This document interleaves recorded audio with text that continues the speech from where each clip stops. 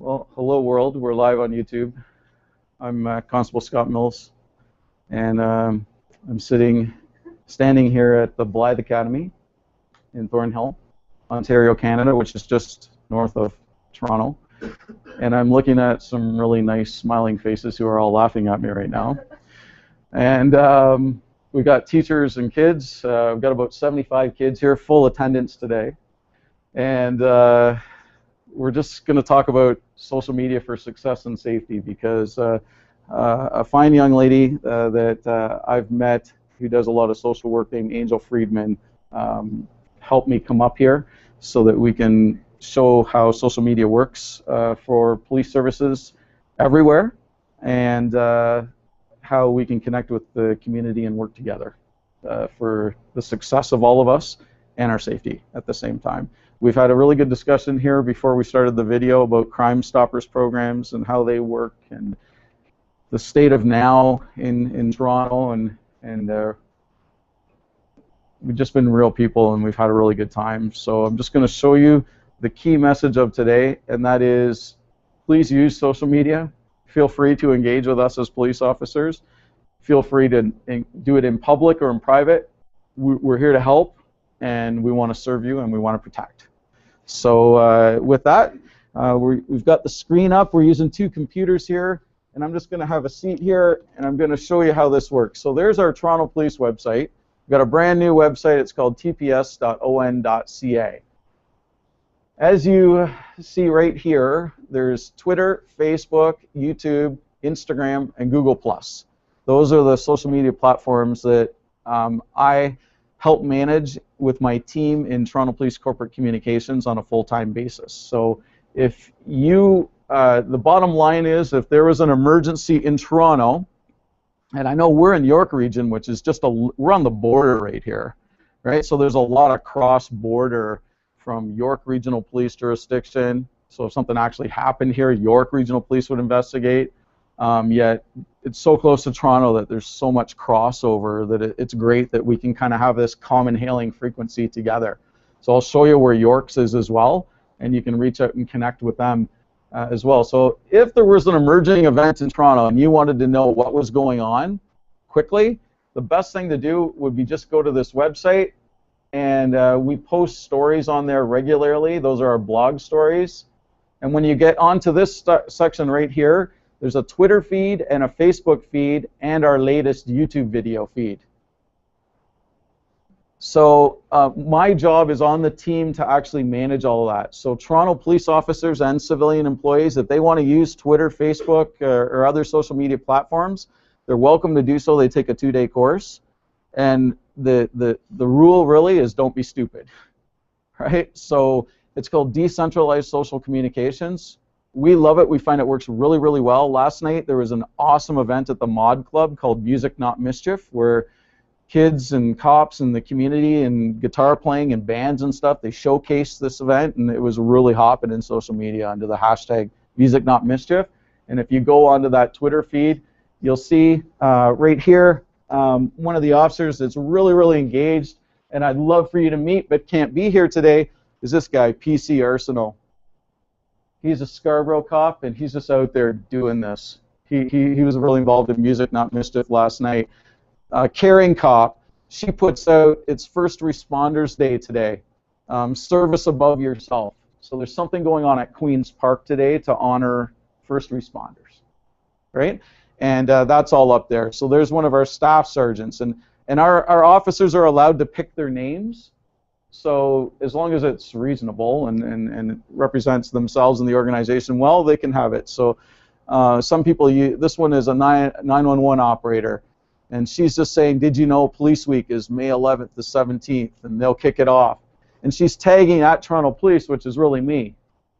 So I couldn't really be here talking and getting that information out if she wasn't out there doing that, right? So it's all about teamwork, getting the information out, as well as if something drastic goes wrong, like let's say there's in a situation where somebody's being cyberbullied online, we have that many more eyes and ears that are available and know how to use these tools to try and help in a timely way and maybe save somebody's life.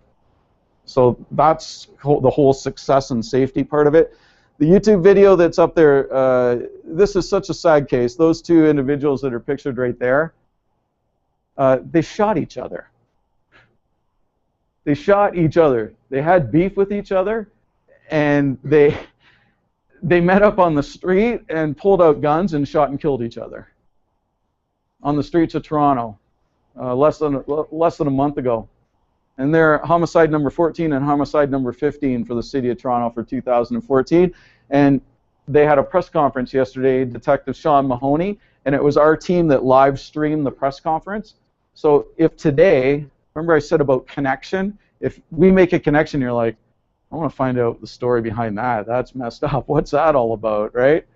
You can actually click on there on the YouTube video and watch the whole thing.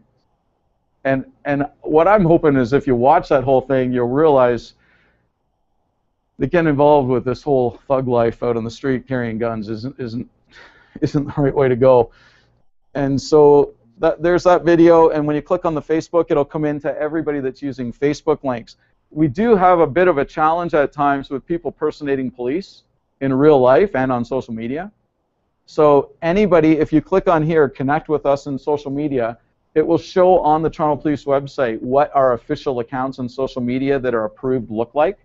So if there is any question that, hey, I don't think that guy's legit and he's not a cop or something like that, and it's Toronto-based, go to the website and you'll be able to see. If they're not on there, then you can always just maybe tweet us and say, is this guy legit? Because we're always training more, and so sometimes the list isn't quite up to date because we're a very small team, but we try to keep it up to date as much as we can. So do you report in social media? People do. We're not set up really to do it yet. I'm hoping one day that we will be. But if you, I'll just go back up and I'll click on one of the icons. When news breaks and it's got to do with Toronto Police, generally it's, if you go on that Twitter link, the news will break on Twitter. And you'll see that 81,000 people are following that account right now. And everybody says, oh, wow, that's great. That's a big deal. You know, that's a lot of followers. How many people live in Toronto and the GTA? I think there's like 2.5 million people in Toronto, and we only got 80,000 followers. That's kind of sad. Well, you know, it's kind of like a common hailing frequency because all the major news outlets and stuff like that, they follow that account quite quickly.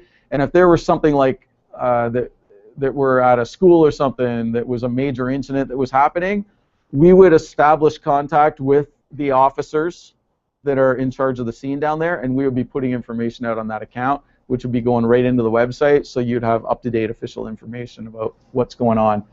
So as we scroll down, I just want to really celebrate something that happened great last night. It's really about a collaboration here. That young lady right there, from Niagara Region in Port Colborne won the Music Not Mischief competition last night, the grand finale. They do this all year round and stuff like that. And that's a picture of them. And these guys are buddies of mine. This cop right here started it all. His name's Rob Tajti. And this guy is Bryce Evans. And he's now very involved in the whole cyber thing, and he really believed in the early years when we were doing all this. And, you know, I was telling you the stories about, you know, the gangs and downtown. He was one of my bosses downtown at that time, and he moved on to be really involved with the fraud bureau and stuff like that. So he's a real believer in it. Doesn't use social media himself. You're going to run into that a lot, but has really enabled and empowered this to happen, right? So great to see everybody together, and we celebrate the success, but at the same time, we will have to put out a safety message real quick. I'm just running into a bit of a power issue here, you guys. One thing I didn't do when I started this up was plug my computer in. So there's a power bar right there. I will quickly just plug this in so we don't lose anything here, because it's telling me that we're running low on juice. And we'll continue. Does anybody have any questions about how and why the police use social media? No? Quiet bunch here today. So I just plug that in, and I'm just going to go over here and plug this in, and then we'll save our live feed here. So that's how everything works. So the quickest way to get police, emergency, call 911. It doesn't matter where you are. We're up in York Region right now. Doesn't matter if you're in Toronto. Anywhere in Canada, if you dial 911, you're going to get to the emergency operator in that area for both police, fire, and ambulance. Very simple, 911.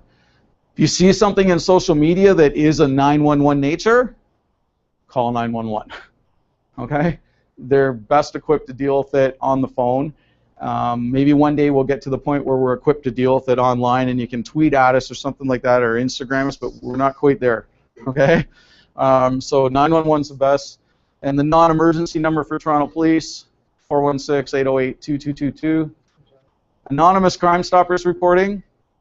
Toronto Crime Stoppers has a program. York Regional Crime Stoppers has a program. They work independently of each other, but we've discussed how it works. Basically, your anonymity protected by the Supreme Court of Canada.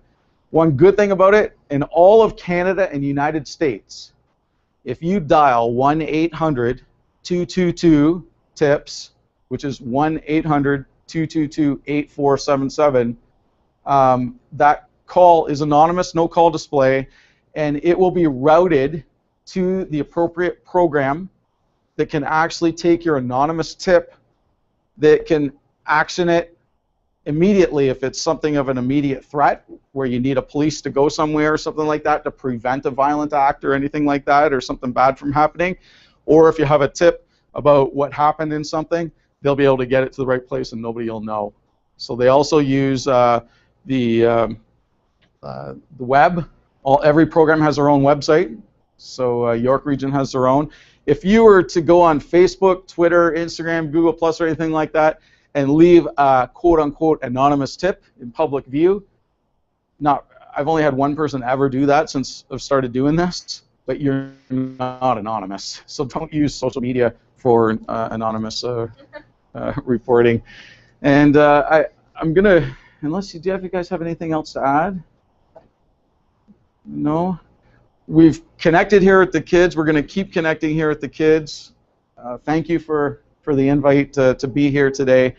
And I'm really hoping that you guys like this. I will put links into the video, into the text of this video, if you guys want to go to the video afterwards, where you can actually get some hints on privacy settings and things like that.